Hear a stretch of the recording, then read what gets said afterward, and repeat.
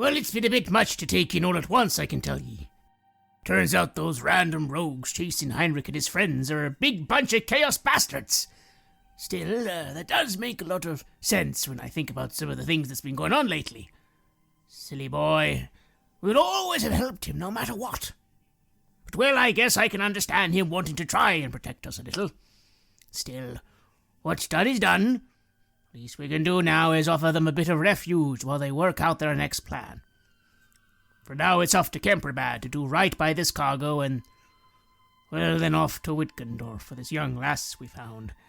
Not that I really want to be going down to that neck of the woods. But, well, it could be good to at least check on Heinrich's folk. They were heading down that way after all. Sigma willing, everything will turn out fine. I hope so, anyway. This is Red Moon Role-Playing. It is a crisp morning as the Beribel sets out from the city of Altdorf and finally begins riding the eastward route along the River Reich to the distant town of Kemperbad. Things went rather well in Altdorf. You dropped some people off and immediately set off. And maybe that's for the best. Maybe Altdorf isn't where you wish to dwell too much right now. Still, everything seemed fine. Heinrich had learnt some new skills. Siegfrieda looked like she'd just been handed the keys, finally, to a future. And even you, Kruger, were reminiscing with an old friend and feeling more at peace than you have for some time. Until you found a strange note in your cabin. A blank piece of paper. Confused, you decided to give this blank piece of paper to Siegfrieda to examine, and as you did so, on the top of the Beribel's deck, a purple handprint appeared on the piece of paper. What do the three of you do as you see this occur? My first reaction upon being handed this letter and seeing the purple hand on it is to look at Kruger and say, is this supposed to be some kind of joke? You're sending me a... What is this? I found it on my bed. It was left for us likely by... Well, the river wardens were having a look, weren't they? I found it after they were finished. I'm not really sure what it means, but... Well, I can have some kind of guess as to what it means. It means that they know we're here. Yes, we're being watched. We're marked for death. I'm sorry, my first instinct was you were trying to shock me or scare me or something like that, and I shouldn't have even considered that. My mind's been elsewhere. Yeah, you do seem to have been busy lately. Well, I just wanted to bring it to your attention as well. We'll have to keep an extra eye out. If they wanted to hurt us, though, they could have done better than this.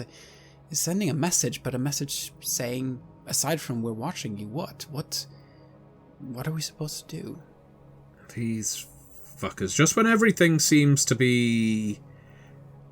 Well, maybe not everything's going well, but just when there appears to be some kind of hope on the horizon, they have to wade in with their ridiculous purple hands and say, remember us?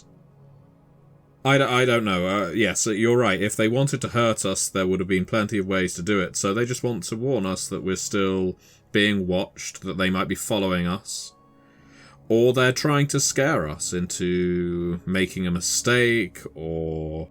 Essentially, I credit this organisation with being probably quite simplistic at its core, and enjoying the fear of its victims. I don't think they're nearly professional enough to be considered a thieves or assassins guild that just does the job and moves out. I think they want to scare us so that when they finally kill us, they can feel proud of the trial they put us through.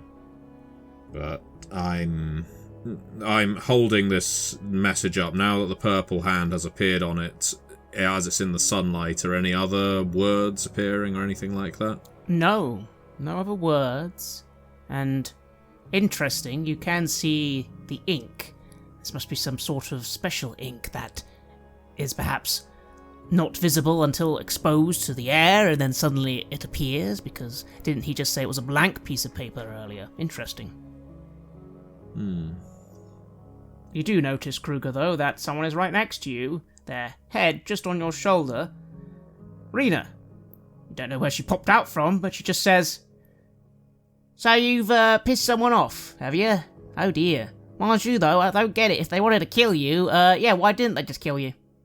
Seems weird just to send a spooky symbol." Well, if they wanted to get us spooked, they certainly have been able to do that. You ever dealt with these folks before? No. Purple Hand? Purple Hand, Red Bolt, Big Skull, all the names are the same, aren't they, most of the time? Well, I suppose you have a point in that. Never really fully figured out exactly what these folks really, really wanted, but, well, at least they know where we are, so I'm sure we will get to meet them very soon again. Well, they knew where you were 10 minutes ago when we were at the dock. I don't see any boats following us right now, do you? No, you're right about that. You are right about that, but they probably have some idea of where we're headed, so, well. True. Well, it pays to be careful, but I don't know, I think you two all seem to be ignoring one other thing. Normally when you do this, it's not because you want to kill someone, normally it's a warning, innit? Hell, for something like payment due. We said the black spot or something like that. Question is, why would these people be warning you or something? I don't know what you did. What did you do to them? And here I try to, again, jog my memory and look back at our dealings with the Purple Hand and what their cause seemed to be. It's all kind of getting so mixed up with all these other groups that wanted us dealt with. What did we actually figure out about the Purple Hand in terms of their role in all this and their role with regards to Caster Lieberung and the conspiracy that seemed to be going on there? Very little, but there were a few things. You really do start tracing your mind back. After all, there was a point where you thought everything was the Purple Hand, but then you discovered that man and his crossbow bolts were apparently against the Purple Hand. He was trying to find you as a means of stopping them or harming them. Caster Lieberung, apparently he is a member of this organization, but you still don't really know what that means. You do know that in your attempts to portray Caster Lieberung as a rich and powerful man, that apparently he was the complete opposite. A fugitive, someone who no one knew, especially in Bogenhafen. Again, there was that time in Bogenhafen where lots of people seemed to then know your name, but you remember that was because you introduced yourself as Caster Lieberung and really went to a lot of effort to make sure people knew that's who you were. So what actually has the Purple Hand done? And you found yourself thinking the only thing you could definitely confirm was them was the very first meeting in Altdorf, where two gentlemen came up to you, did weird hand signals at you, you said, "Go away," and then they got annoyed, and then they spoke with that hunter, or agent, and then they were shot when they tried to speak to you again at the boat. That's the only time you've actually officially seen them. And now in Altdorf, you've seen them again. So that's what you think you remember. It is all very confusing. Yes. But you do find yourself thinking Rena has a point. You hadn't considered that. After all, you've assumed all this time the goal was murder you. So why didn't they just try and murder you? Why give you a warning? A warning? Whatever. She's right. Normally, you don't just give people warnings if you're going to kill them. You give them warnings if there's something you don't want them to do, or something you do want them to do, and this is their final chance, or something like that. You admit that's normally how gangs used to do it back in Nuln. Well, if they're trying to pass that kind of message on, just sending us a picture of a hand is about the most oblique way of telling us there's something coming up, or they want us to do something. I scowl at this. Secret societies, gangs, cults. Groups like these need to find better methods of communication. I narrow my eyes a little at Rena. I think this is, as much as we appreciate your interest business between the three of us. Oh? Yes, that's right. Marina gives you a look, Kruger. She's definitely offended by that statement. I give her a look of, I'm sorry, I just kind of don't really know how to handle this situation, kind of being torn by my loyalties to friends from my past and my current group, and I just kind of mouth, sorry. Oh. Yeah, sorry, Kruger, I forgot. We're no longer family, are we? Yes, sorry, yes. Well, alright then. Fuck do I know about people sending you warnings about things? I guess nothing. Not like I've ever experienced that before. I'll be in my bunk. And she storms off. I roll my eyes. I'm just arching my eyebrows, glad that I have not said anything to participate in this conversation. Look, I'm not intending on being rude to your friend, Kruger. How well do we know her? If it's been this long since last you met her, how easily are you prepared to trust her? How do we know, and I know that I am sometimes prone to what you might call paranoia, how do we know that it was people from the docks that laid this letter upon your bunk and not her? Or indeed anyone else on this boat? I'm not accusing her, mind you, but I do think we need to keep these things more to ourselves. I suppose you're right. I mean, we go way back, and I do trust her, but you're right. I don't know what she's been up to recently and why she is here, and I mean, the fact that we ended up meeting at all is in a way a little bit... Well, it's a coincidence, isn't it? So, I suppose you're right. I'll just have to try and...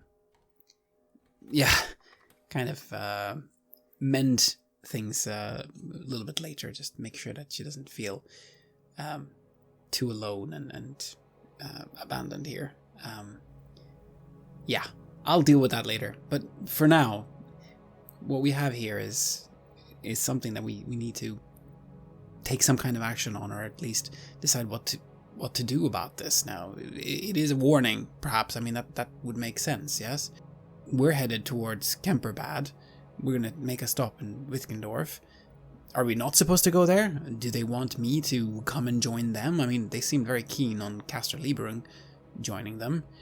So, perhaps that's the message?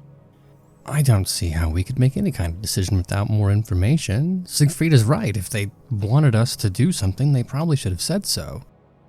Else, all we know is they could have killed us when we were docked, and they didn't, but that's the fourth time that's happened. They're watching us? I don't know about you two. I've assumed that the whole time. Is there anything new that's changed how we might be thinking about this? Have we done anything to shift the pieces on the board? I don't think so. I suppose you're right. For them, perhaps nothing has changed. I don't know. I just hope that we had gotten rid of all those folks connected with Castor Lieberung, that was something that was behind us, and that we had turned to a new page, and that things were going to be different. But I suppose they won't be. I suppose my concern, because I agree with you both, was there something we left undone? Was there some enemy we left back in Bogenhafen to pursue us? An avenue we failed to investigate? You can roll me an intuition check if you like, Kruger. That is 13 under 43. That is 3 degrees of success. Was there something you missed? You don't think there was anything you missed, but you find yourself just recalling those letters, those documents, the journal. You still have those, after all. They're probably somewhere in Siegfried's hand luggage, but you still have them. And you find yourself trying to remember all those names and letters and... Wait. At one point, wasn't it implied that as part of the trap... Well, there was a trap, wasn't it? It was a lure, the inheritance, telling this Castor Lieberung to come to Bogenhafen. but it was implied that that message had somehow got to him through a few other people, didn't it? How many other people, you find yourself thinking, knew that someone called Caster Lieberung was heading to Bogenhafen to get a very, very large sum of money? How many other people knew, other than Caster Lieberung himself, of course, and that bounty hunter? Yes. There would have been a lot of people who would have known, possibly, about that. I just relay that, but I find myself not being able to really make all that much sense of it. What do you think? I think it's still open. I think we will find out more in time, we just have to stay vigilant. You're right. Nothing has really changed. Just gotta keep our eyes open. That's all. But how about the coincidences then? Let's think. And I say this not to dwell on the past necessarily, but what brought us together was a mutant attack on the caravan that contained Caster Lieberung. And what brought us to your old friend was another mutant attack on a boat in our path. Am I seeing what amount to wild animal attacks as a trend? I don't know, I suppose it's too early if there's only been 2 of them. Certainly the Purple Hand have made their presence more well known than mutants. But we also know that the Purple Hand dabble in chaotic affairs. Probably, I guess, as I say, worth remaining vigilant. What are the 2 of you planning to do when we get to Camperbad? Do you have a plan in mind, or are we just going where the waterway takes us? It's a good question. After all, bar delivering some cargo to Camperbad, and of course getting a nice license in Camperbad, the only other reason you actually may have had to go to Camperbad was, you know, a name of someone who might live there who might not be a nice person, but then, is that actually a priority anymore? After all, you could just do your business there very quickly and then start heading off to Wittgendorf. That's what you think your friend would like. So the question is, what are you going to do? It is your choice. All due respect to that thought, ignoring it and attempting to move on has not served us well thus far. And judging by the note having shown up, I don't think it would serve us well in the future. I don't know how long we're going to spend in Camperbad, but I feel like it would be remiss of us to at least not poke around and see if anything comes of this woman and the ritual that we discussed before. I would be in agreement with that. I certainly do want to help Rena get to Wittgendorf. Especially now, I don't know. I've always felt guilty about abandoning those folks back in Nuln. But before then, sure, we can check out what is going on with that person and see if we can perhaps help some people, protect them, from another dastardly ritual. If nothing else, it'll take Yosef at least a day, maybe an overnight, to shuffle off cargo, bring new cargo on board, go about his merchant business. We can at least commit to that much time, right? Oh, I think so. I agree. Besides, and I'll smirk at both of them because we know the answer, what's the worst that could happen? Well, any number of scenarios. I had a feeling you would say something like that, I say and smile. And on that note, you get back to your duties. Not that there's many duties to be had.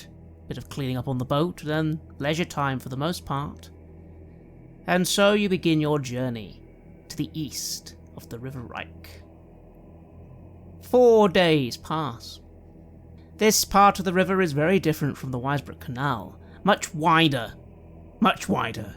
At some points, the river here stretches so far that it would take a person at least a good 30-40 minutes to cross by boat.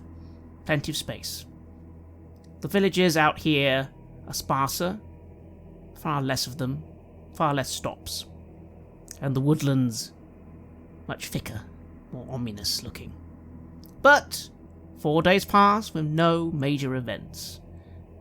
Simply you three, the crew of the Beribel, Rena seeming a bit bored, but often looking to the sky and to your route with impatience, clearly wanting to move the boat along as quickly as possible, even though she's not telling anyone to do so. Does anything of note happen for the three of you? Is there anything you'd like to do in these 4 days, bar just train and consider your next actions? That's the only thing on my agenda. I hope people get used to the sound of random gunfire off the back end of the boat. Indeed. You have to be very sparing with it, because of course you can't just fire all your shots or you'll just run out of ammunition. So a lot of the practice with the gun is more anticipating the shot, but all training helps, and you have plenty of time to do it. What about yourself, Siegfrieda? Well, now that my new reading material has exited the boat, I'm left to ponder a great deal. I'm constantly finding myself staring at this scroll that I've got to deliver, wondering what exactly it says, despite being told of its contents. I'm always tempted to take a fine dagger to the wax seal, open it up, and then melt that seal over again. But I will resist. This is for my own benefit. I don't want anyone to think this has been tampered with. So, as it is, I try and make myself as useful as possible. I will see to my friends' injuries as much as they might be lasting, and likewise, if we're passing through any thickly shrubbed or forested areas on the canal, I would like to take the time to do some harvesting while the weather's good. Nothing quite beats getting fresh herbs and ingredients, especially ones that grow on the riverbank. All kinds of interesting things can be found there. Spending all that time with Elvira has given me a little more interest in the apothecary sciences, though ultimately my heart is that of a surgeon. And what of yourself, Kruger? 4 days, maybe you're a bit nervous on the first day, but as the days continue, there are no ominous boats on the horizon. Granted, some boats do pass you, of course, but they're all standard trade boats. Maybe one more river patrol boat, but it doesn't stop for you. And otherwise, nothing happens. Of any danger, at least. I'll try to smooth things over with Rena. Try to make her feel less like, well, less like I've abandoned her. I mean, I have, but I don't know. What Siegfrieda said was right, but I don't think it made her very happy. So I'll try to just spend some time with her whenever I can, and try to show that we're still friends. You are able to soothe things a little bit, although she does let you know exactly what she thinks of Siegfrieda one morning. I tell you, she is the sort of woman who would have ratted us both out, straight to the watch. Look at her looking down at me. I know what she thinks. I bet she checks her purse every night to make sure I haven't robbed her. As if I'd bloody rob her. You'd be surprised with Siegfrieda. She's not what you might expect, to be honest. She's actually very, very kind, and she really cares about her friends. She might not always come across that way, but I hope you will be able to get to know her a bit better, and I'm sure she will come to trust you, just like I do. Don't need her to trust me. All I need is her not to try and throw me to the watch before I get off this boat. Whatever, I don't know. She wouldn't do that. I just want to make sure Sigrid's okay.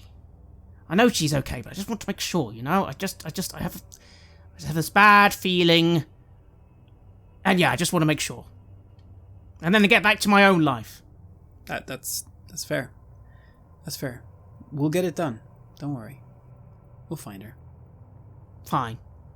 Thanks. Yeah, sure. And at least to you she'll warm up again, although perhaps not so much to Siegfrieda over the next couple of days. River life is river life. Easy, slow, peaceful. Something does happen, though, eventually. You are 1 day from Kemperbad, according to Joseph. Slowly snaking your way round, again, the Reich is long. And you're passing by something rather unusual. A tower. You think you've seen one or two of these before on this part of the river, but they were quite far away. This one's very close to the river line. As you are sailing past it, you see there's a little wharf just nearby the tower. Looks quite new. And you see that this little stone tower has a construction on the top of it. Something's been constructed, something of wood. Looks very unusual. You also notice two dwarves, and they are waving to your boat, sort of like, "Hello? Hello? Oh, could you stop a second? Hello? Could you stop? Hello?" You see this first, Heinrich. You're on boat watch today. What do you do? I will whistle down to the crew, the normal bosun's signal for weighing anchor. I don't suppose I can make out, there's not smoke rising from the tower or some obvious sign of duress, right? No. There's something interesting on the top of the tower. Some sort of lantern? A really big one, currently unlit. And you also notice there does seem to be a little campsite very near the tower. A bunch of tents.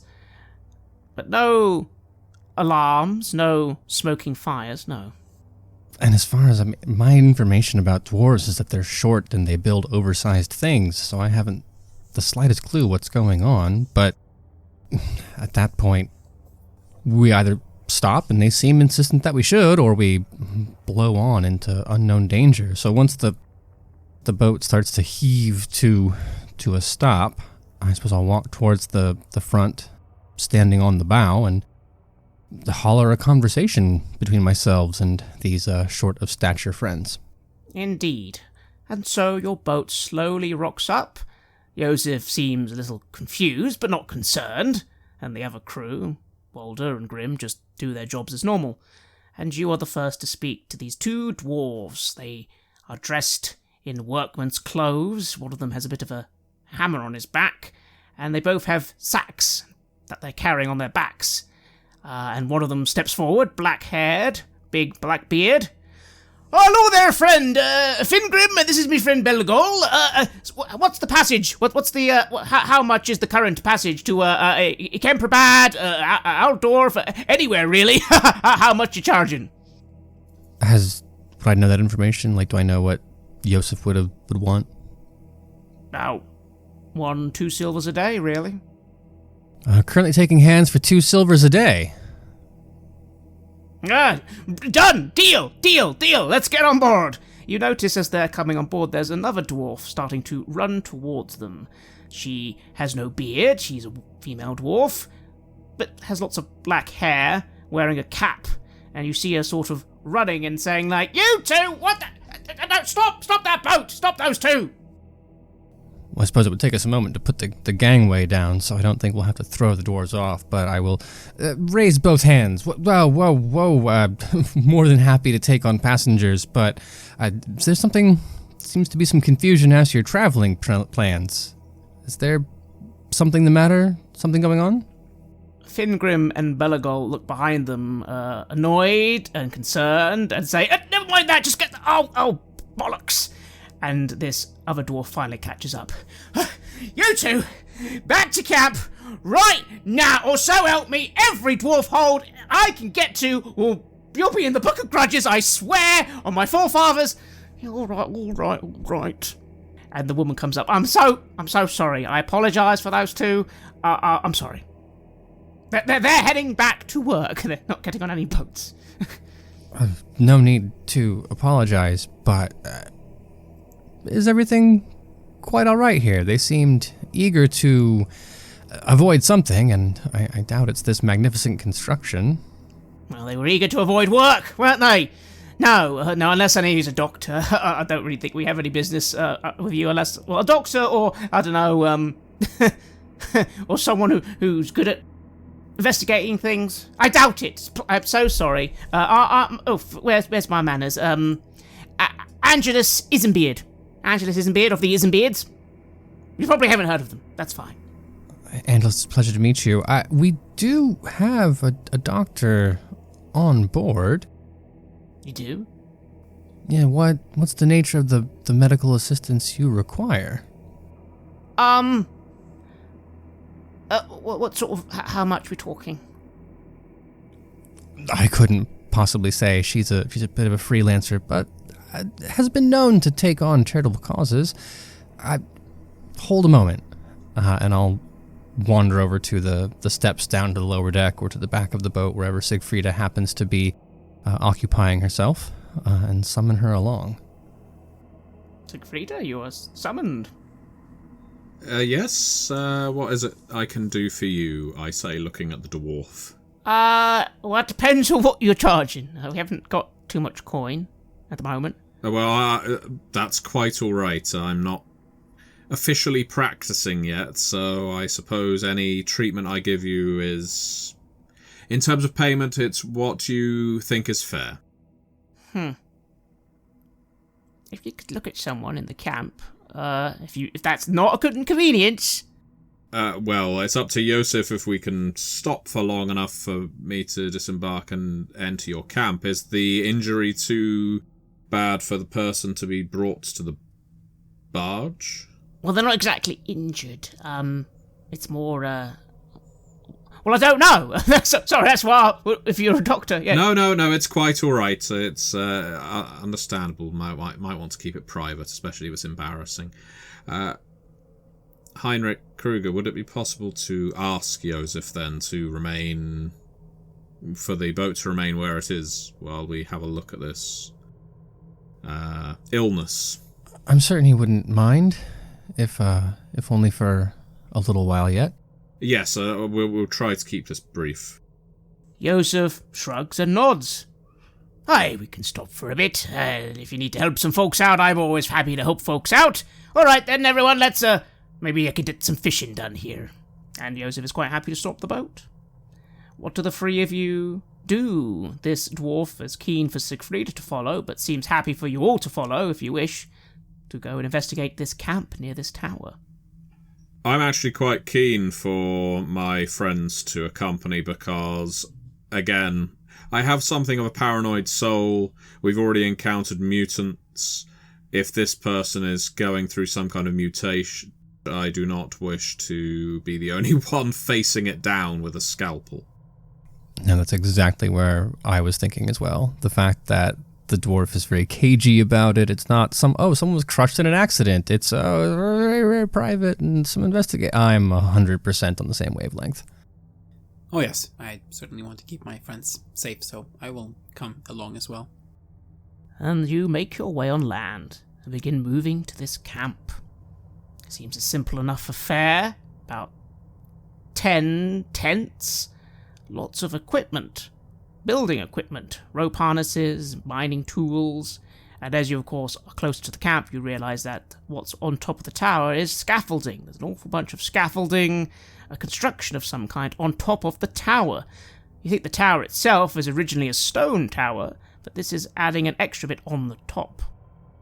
As you are led to the camp, you see those other two dwarves you saw earlier, and two others, sort of just looking at the tower, looking a bit grim at you. And this woman leads you to a tent and says, all right then, Boris is in the back. Yeah, if you could tell us what's wrong with him and maybe make him better, that would be wonderful. Okay, well, in that case, let's have some privacy. I don't know which one of you are, say, lowering my voice to Heinrich and Kruger. It might be worth finding out what that tower is in aid of. I mean, there are watchtowers and isolated homesteads of all kinds of weird and wonderful people around this place, but who knows if the inhabitant has something to do with what's happened here. Well, worth inquiring anyway. Certainly. Yeah. I'll see if we can do that. Then, wonderful. So, let's focus on Kruger. What do you do? As Siegfrieda goes into the tent to see what's wrong, what do you do? Do you want to go and see what we can see? For lack of any better ideas. Then let's do that, I say as I begin taking the lead, moving towards this watchtower. En route, how are the rest of the people in the camp handling our arrival? They look a little concerned. You see those two dwarves you just spoke with kind of sighing, looking over their tools, and they're looking at you, looking at your boat, looking back at you, sighing again. Another dwarf seems to be making his way to the tower himself. He's got a bit of gear on him as he's looking at the top. But no, you walked into the wrong camp vibes. Nope. Not at all.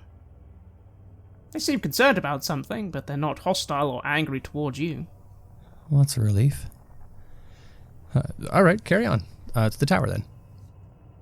Then, Kruger, you walk up to the tower, and you reach it, and you're now standing outside a big stone tower, big scaffolding on it, and there's a couple of ladders and ropes that would enable you to get to the top of that scaffolding if you needed to, and you're standing in front of this stone tower. With a big, looks like there's a door. Am I noticing any kind of activity around here? Anyone? Does it look like anyone's home? Doesn't look like anyone's home. You see that dwarf kindly join you. He looks at you too, takes out a pipe and starts smoking, grumbling, bloody already behind, even more behind. I'm not going to bloody do the shift by myself. You're building this? Aye. Is it something that you've built from the ground up, or are you making modifications to something already standing here? Of course I built it from the ground up. Can't you tell this extremely impressive dwarven construction? He's being sarcastic. Oh, now that you mention it, yeah, definitely it looks like that. Huh. What are you hoping to use it for? We're using it for the top, of course. And he points at the construction, the scaffolding on the top. To keep watch? You could say that. The signal tower. You're not seeing the signal towers going up? No? Have I? You think you've heard of signal towers, but you haven't heard of these signal towers. You just know what a signal tower is, but you haven't... He seems to be talking about it in a official sense. Oh, you're setting up signal towers, huh? Aye. Anything in particular you're looking to signal about? Well, whatever the Emperor and his army want, I guess. I don't know. Outdorf to known, this route. That's interesting. And this is a recent development then, I suppose. Aye. Been working on, where's the other one we did? Somewhere near a known. That was a year ago. Yep, going all over the place. Big thing, Karl Franz, bless his name, is organising. There's going to be signal towers every part of the Reich. Ideally. Well, I suppose that could come in handy in case of a large war or conflict or something like that, yeah. Well, I reckon that would be the idea, yes. But no, we didn't build it from the ground up. This is commissioned for Imperial use. Not that the owner had anything to say about it, but as you can see, we don't need the owner. It's a good foundation to build on. Do you know who originally built this? Nope. Would you mind if we have a look? I mean, it'd just be interesting to see. It'd be dangerous getting up on the scaffold, and good luck opening that door. Oh, it's and I move up to try to touch the handle. You go to the door. There isn't. As you inspect this door, you notice a few things right away. Number one, it is a stone door. Built in. Very impressive. But there is something on it. There is some sort of hole. Maybe a key could go in there. And then there is a strange object on the door. A bunch of letters and pictures of a griffin. There's 5 of these little pictures, and then there's like places for letters to go underneath them. And all that is arranged around the keyhole, you think. This is fascinating. I pointed out to Heinrich as well. This is some kind of puzzle, huh? A very elaborate lock. I've never seen anything like this. Yep. I know I was being sarcastic earlier, but that actually is dwarven. Not the best make, though, but yeah, puzzle lock. Little puzzle there, unless of course you have the key, which we do not. What purpose would such a lock serve? Obviously, if it were just a normal tower, you wouldn't need something so sophisticated. Well, I don't know. Guess whatever was in there was important to whoever built the tower. Not our business. We can't get in. We're not going to damage the tower itself. That will be more work. Our job was simply build the signal tower on top. At least until, well, Yes. And he kind of falls silent. Until what? I've got to get to work, he says, and he kind of starts walking off with his pipe. Look to Heinrich. I suppose he want to elaborate on that. No, and dwarves being what they are, I don't want to risk prying, only to have it fail. This lock, any ideas? None, but it does look, well, important and expensive. Whatever is in here must be, well, it must have quite a lot of value, or have some kind of important strategic function of some kind. It's interesting, to be sure. I just don't know that we can really do anything with it. Maybe I've just been hanging out with Siegfrieda for too long, but my thought is, in addition to keeping things out, the other reason you lock a door is to keep something in, right? And if Siegfrieda's right about what's happening to that other dwarf, then I don't know, I'm probably just being ridiculous, but... Maybe the tower's filled with mutants, I say, kind of matter-of-factly. Or a miasma, yes, exactly. And I'm going to pretend that you are being entirely sincere. One thing's for sure, Kruger. This will be difficult, but you do kind of just find yourself reaching out and you play a little with the lock and you could actually move the letters. Huh. You can move the letters, that's interesting, into different positions. But being unable to read, and I mean, the lock mechanism, these kinds of things I have some experience with, not necessarily of these kinds of dwarven make, but I mean, some principles might be similar-ish, at least. Is there any way that I can try to figure this out? Do I think that do I even know where to start? You might know where to start, but you do think you'd need some help. But then again, Siegfrieda can read letters. That might help. Are the letters in Reichspiel? Yes. Okay, that's one step up. We don't have to learn Dwarven. Good news. Indeed. Well, I suppose we had better head back then and see how things are going for her. If we have some time to spare, maybe we can bring her over here, see if we can open this tower up. Might be something valuable or important in there. That would certainly be nice to find. Indeed. On the way, I wonder... Surely Siegfrieda will find something, but I'm also curious as to what our two would-be refugees have to say about the situation. You, on the way back, find those two again, and one of them looks at you. What do you say, Heinrich? Master Dwarves, I'm terribly sorry about the business about passage. I didn't realize the foreman was going to cause so much trouble. I think we'll be speaking with her in just a minute. You should. You can convince her to see sense. She's being stubborn. Oh, no, of course, but I'm as part of that, can you maybe tell me a little bit more about what's going on? I know she's going to give me her version of events, but to hear it from you... He looks at you, and the other dwarf gives him a bit of an elbow, and then he says, You speak to the foreman first. We're not gonna... No, even though she might be being stubborn, we still respect the foreman. Are they pliable? Would I know enough about Dwarven hierarchy to know if it's worth pushing? It seems like they don't want to go against the foreman. Mind you could at least intuit from that they're not hateful of her or angry at her, but they don't seem to want to speak behind her back, seems to be the issue here. Well, let it never be said that not knowing something has ever stopped Heinrich Schilf. I will at least prod at it a little bit, perhaps. Oh, and it's wonderful, of course, for respecting the chain of command and all that, but just as trying to get as full a picture as possible, and I assure you, Master Dwarf, it will be entirely in our confidence. Roll your charm check at a -20.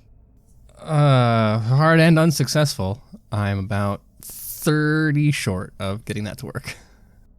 The dwarf gives you a bit of a snort and says, Now listen here now, I don't know how you lot do it, wherever you're from, but here, in this mining camp, even if I disagree with the foreman, we don't gossip. That's right, we don't gossip. Okay, fair enough, maybe we were about to run, But, you know, our family names are important too. Oh, yeah, they are. Very important. I'm terribly sorry for insinuating anything that might put your honor in jeopardy. I'll leave you back to your work. Meanwhile, Siegfrieda, you're in a tent, and at the back, in bed, is a dwarf.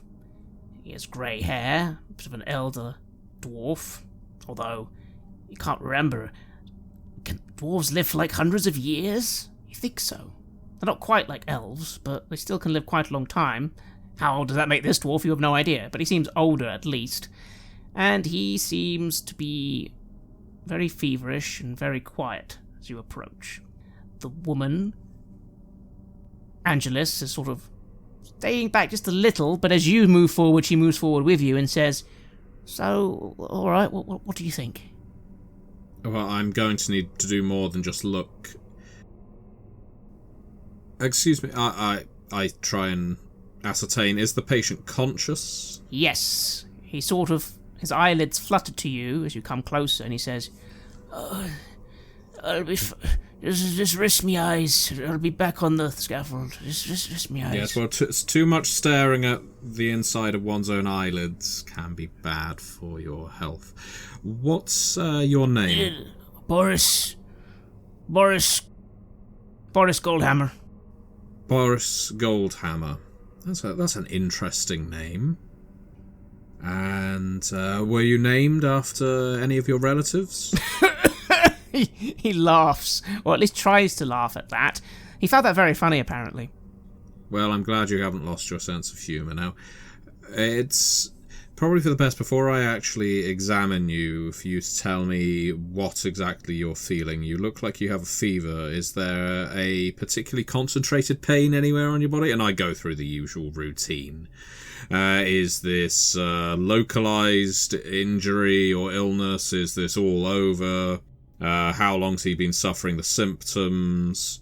And so on, and where he will put up the typical bluster of the vast majority of patients of a certain age and gender, I will ask again, patiently, until I get an actual answer, instead of just, I will be fine, it's nothing, I've got work to do, etc., etc. Of course. Feel free to roll law medicine, and let's see how much you deduce from what he says. This isn't challenging. So, standard roll. Okay. I roll a 31 out of 63. Well, he tries to give you information, but it's very difficult getting it out of him. That's because he seems to be constantly almost about to lose consciousness as you're speaking to him. Which is strange. It doesn't seem like he's losing consciousness from a wound. You check, there are no wounds. It's more... You'd expect this more from someone who was exhausted, or very fatigued. That seems to be the main issue. A slight fever, but largely this man is just struggling to stay awake, stay active. They seem very fragile, very weak. There are no wounds you can see. There are no mutations. No signs of any disease. Well, all this in itself isn't unusual. I'll go to Angelus if she's still present. Has Boris been working harder than usual, or maybe going without sleep? No, he's working the same as the others were. Yes, the others. The other... What's the issue with the others? Have they similarly fallen ill? Roll a charm check and give yourself a +10. Oh, I get a 1.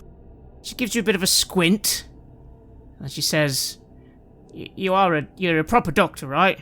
Yes? Absolutely. The others had a similar...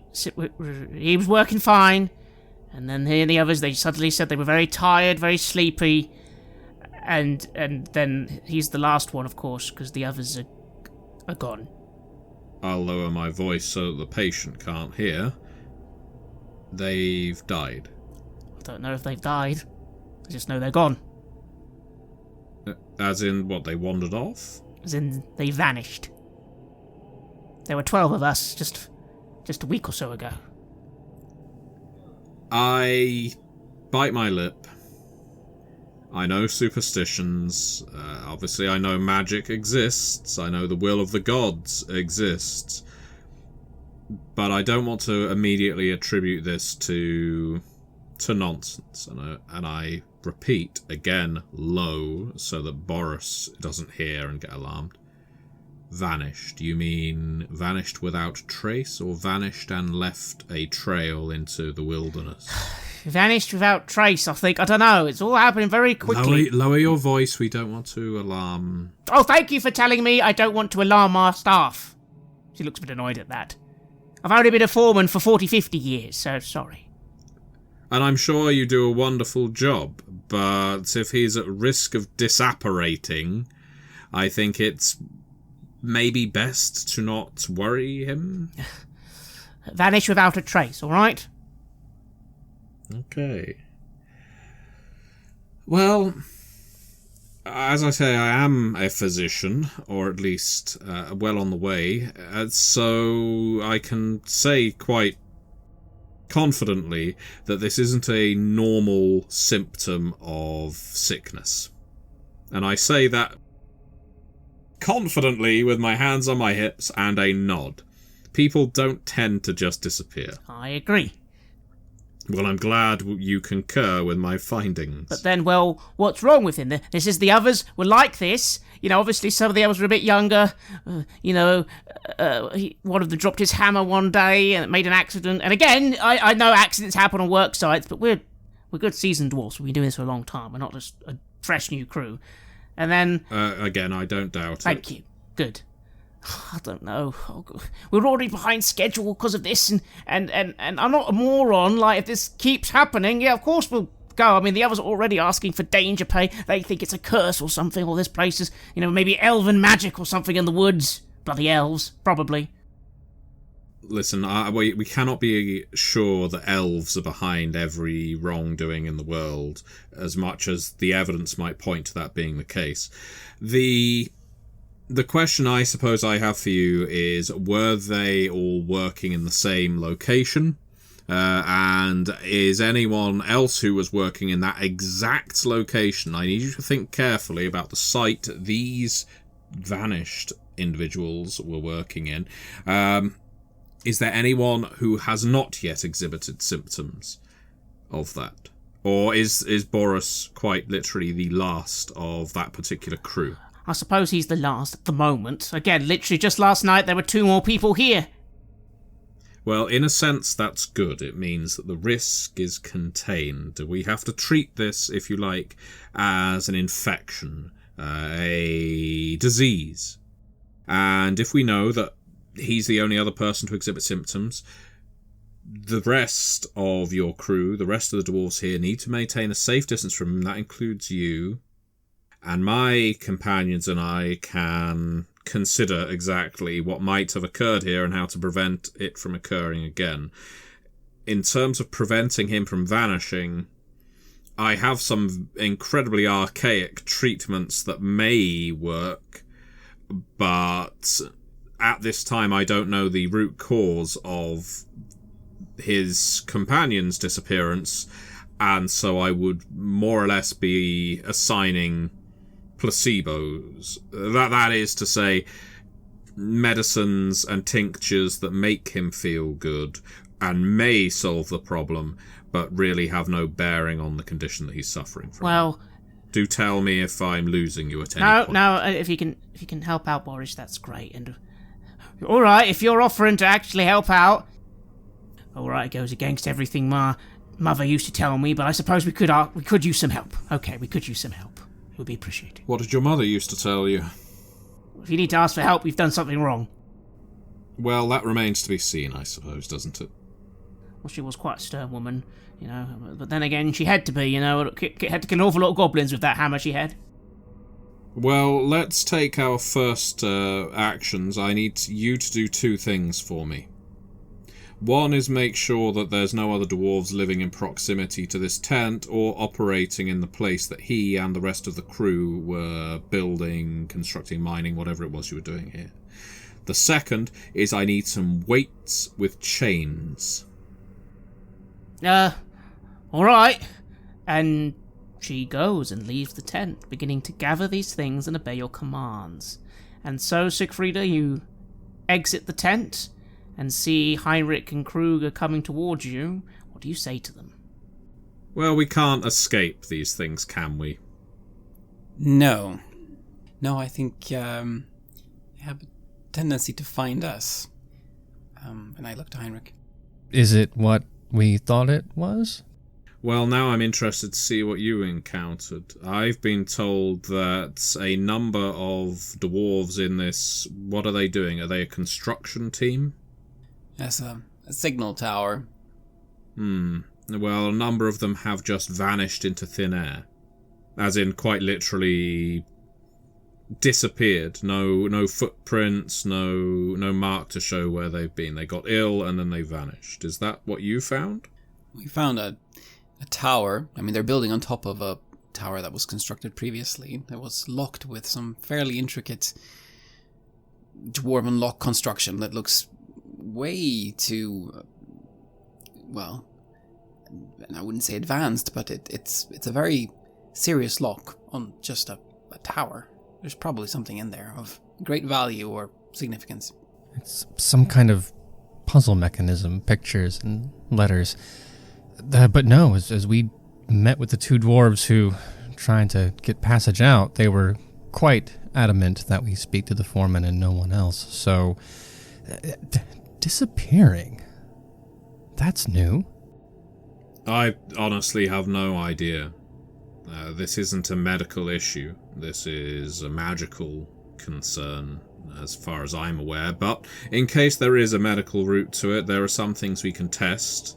The sciences, dubious as they may be in some cases, still inform us of some things. So I'm having the foreman fetch some weights. And with them, we can, I suppose, ascertain how much weight this force, let's assume, is able to dematerialize. I rub my hands together. Nothing quite like an experiment, is there? And so, the three of you discuss your findings in this odd little camp next to this odd little tower on the Reich.